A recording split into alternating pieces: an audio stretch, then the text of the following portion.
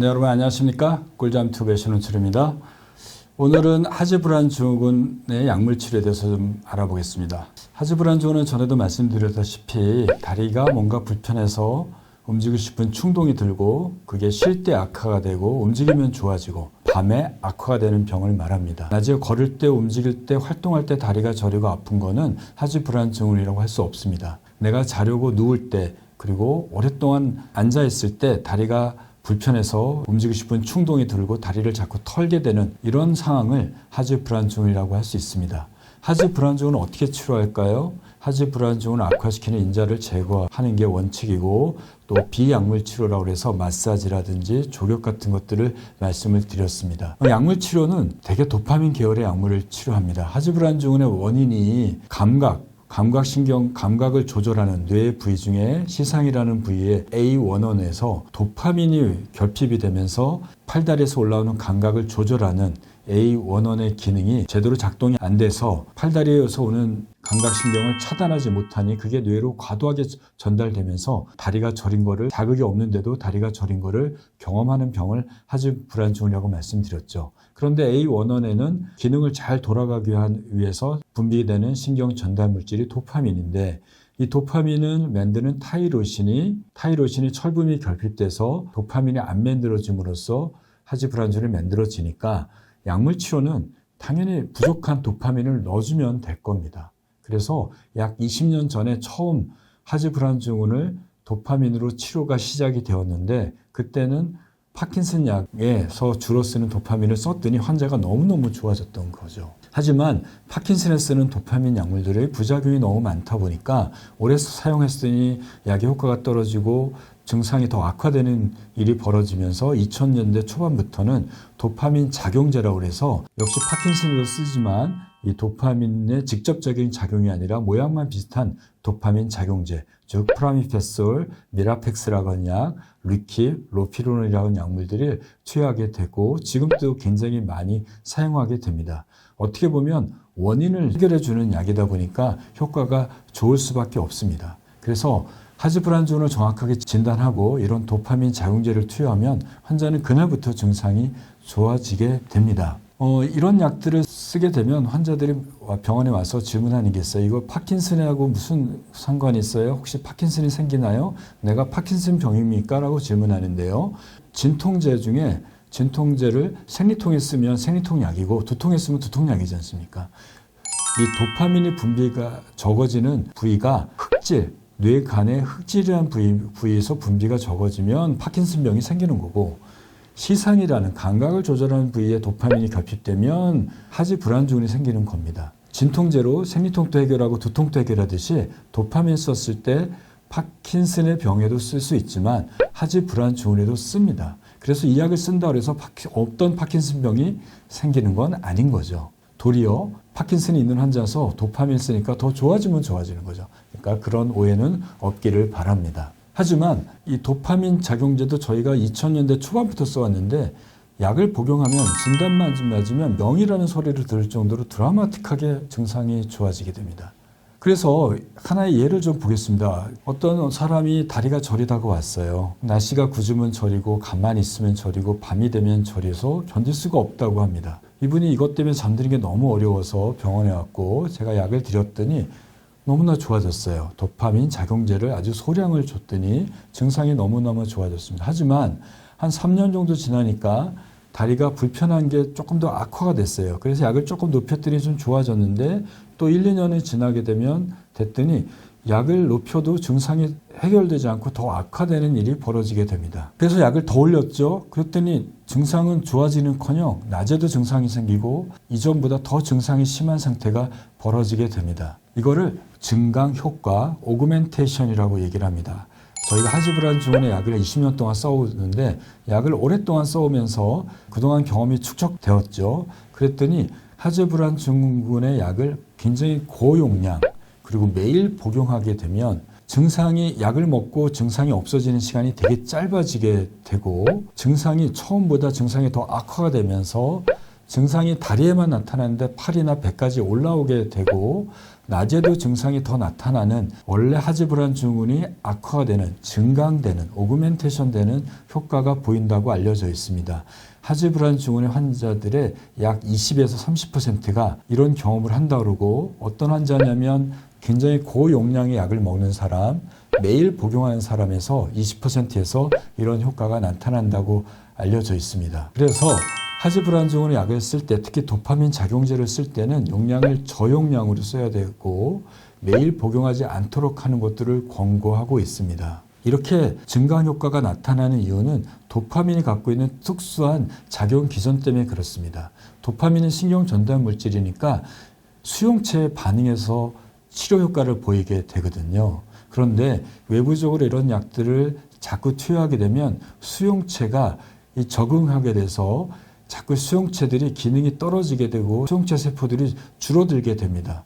그러니까 약을 쓰더라도 수용체가 적어지게 되니까 처음에는 있는 수용체가 반응하는 효과가 반짝 좋지만 수용체가 많아야지 약효가 오래 가는데 수용체가 적으니까 약효가 좀 떨어지는 현상이 벌어지게 되고 도파민이 적어지게 되니까 증상은 다시 악화되는 현상이 나타나게 됩니다. 그래서 도파민 작용제를 쓸 때는 가장 적은 용량, 보통 미라펙스, 프라미펙스를 기준으로 했을 때 외국에서는 1ml 이상 쓰는 경우에 나타난다고 하니까 대개 0.25ml나 0.5ml 이하에서는 그렇게까지 문제가 되지 않으니까요. 용량을 불편하다고 무조건 올리지 마십시오.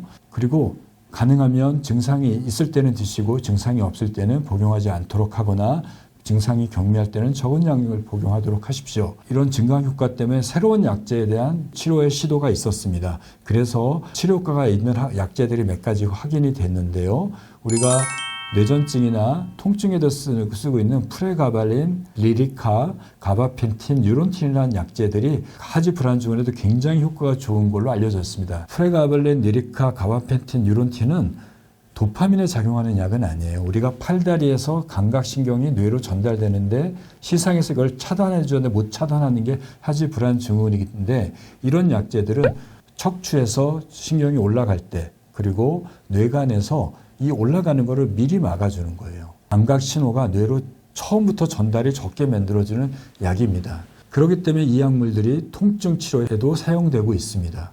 그래서 하지불안 증후군에도 이런 약물들을 투여하도록 권고하고 있고, 최근 가이드라인을 보면은 1차 약물로 프레가발린과 가바펜틴을 투여하도록 권고하고 있습니다. 이 약은 도파민에 작용하지 않기 때문에 아까 도파민이 갖고 있는 증강 효과는 없다고 알려져 있습니다. 하지만 이 약은 졸음을 좀 유발할 수 있죠. 도파민 작용제는 졸음은 유발하지 않거든요. 증상만 개선해서 잘 잘 수 있는 겁니다. 그래서 잠을 못 자는 분들한테는 잠을 잘 자게 하는 수면 유지 효과가 있기 때문에 좋긴 하고, 또 의존성 없기 때문에 굉장히 좋은 약입니다. 하지만 낮에도 약효가 좀 길어서 낮에 좀 졸음을 일으킬 수 있는 문제가 있기 때문에 조심해야 됩니다. 증강 효과가 없는 약으로 대안으로 사용할 수 있는 약이라고 생각이 됩니다. 그래서 매일 복용하는 경우에는 도파민 약물은 저용량으로, 그리고 그 약의 효과가 떨어진다면 이런 프레가발리나 가바펜틴, 뉴론틴과 같은 알파, 델타, 라이간드라고 하는 이런 약제를 우선적으로 투여하고, 도파민 작용제는 정 힘들 때만 가끔 복용하는 것들을 권고하고 있습니다. 혹시 여러분들 중에 도파민 작용제가 효과가 적다면 이런 알파, 델타, 라이간드 약이라든지 고려해 보시는 것도 좋을 것 같다고 생각이 됩니다. 세 번째로 사용할 수 있는 약이 철분제제입니다. 아까 도파민이 결핍되는 것들이 타이로신 하이드레즈라고 하는 효소가 작동이 안 돼서 도파민이 안 만들어지는 건데, 이 효소가 작동되려면 철분이 들어가야 돼요. 철분이 붙어야 됩니다. 그런데 하지불안 증후군은 뇌에서 철분이 결핍되는 거죠. 약 10년 전의 연구에서는 하지불안 증후군 환자가 죽은 다음에 뇌를 잘라봤더니 우리가 음식을 섭취하게 되면 철분은 확산을 통해서 뇌로 전달됩니다. 그런데 전달된 통로가 있거든요. 그 통로가 적어져 있어요. 또는 통로가 망가져 있기 때문에 혈중에 철분은 많더라도 뇌가로 전달이 적어지는 겁니다. 그러니까 철분이 뇌에서 적으니 타이로신이 도파민으로 만들 수가 없는 상황이 되니까 하지불안 증후군이 잘 생기는 겁니다. 그래서 부족한 철분을 메꾸자라는 게 치료 방법으로 제안이 된 겁니다. 먹는 철분제도 있고 주사 철분제도 있습니다. 먹는 철분제는 임신 때 산모들이 우리 대부분 먹는 페로바나 헤모콘틴과 같은 약으로 되어져 있고, 이런 철분제는 그냥 먹는다고 먹어서는 안 되고요. 흡수를 높이기 위해서 우리가 같은 용량을 먹어도 체내 농도를 높여야 되기 위해서는 비타민 C나 오렌지 주스와 같이 비타민 C가 많이 들어있는 음식이나 비타민 C를 같이 복용하는 게 좋습니다. 비타민 C는 최소한 100ml 이상은 복용해야 됩니다. 그리고 흡수율을 높이기 위해서 공복 시에 식사 전에 복용하셔야 됩니다. 하지만 이런 철분제의 부작용이 있죠. 변비가 생길 수 있습니다. 변을 보시면 검은 변을 볼 수 있고요. 위장장애가 있어서 속이 미식거리거나 구토나 복통, 설사가 있을 수 있습니다. 그래서 이런 부작용을 잘 가려가서 사용하셔야 되고 이런 부작용이 있다면 복용에 좀 어려움이 있으니 철분이 많이 들어있는 음식으로 대체하는 수밖에 없을 겁니다. 또는 음식 위에도 주사제를 사용하는 것도 하나의 방법일 겁니다. 최근에는 철분 주사제가 많이 나와 있습니다. 그전에 나왔던 철분 주사제는 알러지 반응이 너무 많아서 잘못 주사 맞으면 쇼크도 생겼는데요. 최근에는 페린젝트라든지 베노페롬, 코스모퍼라고 하는 주사제가 나와 있습니다. 특히 페린젝트라고 하는 페릭 카복시말토즈로 제조로 되어 있는 주사제는 앞서 말한 철분 주사제가 갖고 있는 쇼크나 알러지 반응이 상당히 적은 걸로 알려져 있어서 의뢰에서도 주사를 맞을 수 있습니다. 외부에서 투여하고 내 몸에서 해결되지 않으니까 한 분기 3개월에 한 번씩 주사를 맞으셔야 됩니다. 이런 주사제는 또 뇌로도 잘 투과가 되기 때문에 이 통도가 막힌 분들한테도 일부 효과가 있을 수 있습니다. 주사제가 효과가 좋으신 분들은 혈중 농도가 높아지면 먹는 약은 약 한 달에서 2달 정도 계속 복용해야지 혈중 농도가 높아지게 되고요. 주사제는 일주일 이상 지나면 높아지게 됩니다. 그래서 높아지게 되면 기존의 도파민 작용제, 치료로 사용했던 도파민 작용제나 또 알파 가바펜텐 뉴론틴과 같은 약물들을 끊거나 안 먹을 정도로 좋아지는 분도 경험할 수 있습니다.